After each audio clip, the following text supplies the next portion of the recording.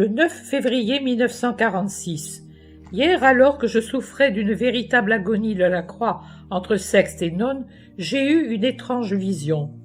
Je voyais un jeune servite, grand, mais sans plus, assez frêle, mais ni décharné, ni d'aspect maladif. Il me rappelait un peu le père Pennoni, mais sans lunettes ni défauts physiques.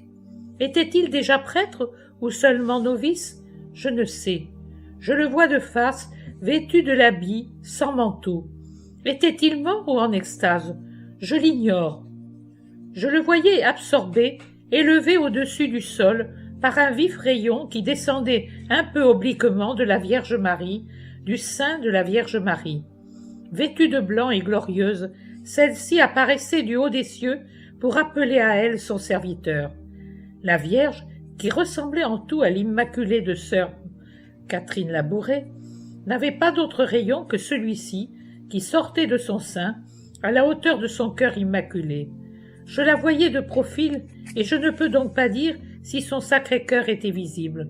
Je voyais sa beauté glorieuse, ainsi que la puissante lumière du rayon de son cœur qui descendait sur le servite.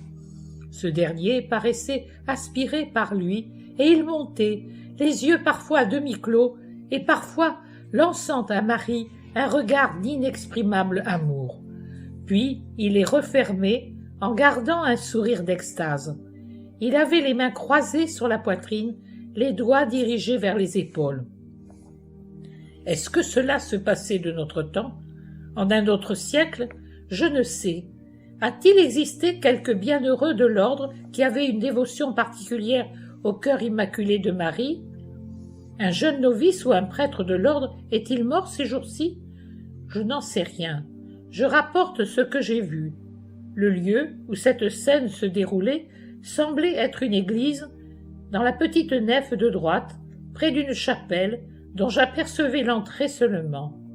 En revanche, la Vierge semblait se tenir directement au-dessus de l'autel majeur, mais en haut, tout en haut, au ciel.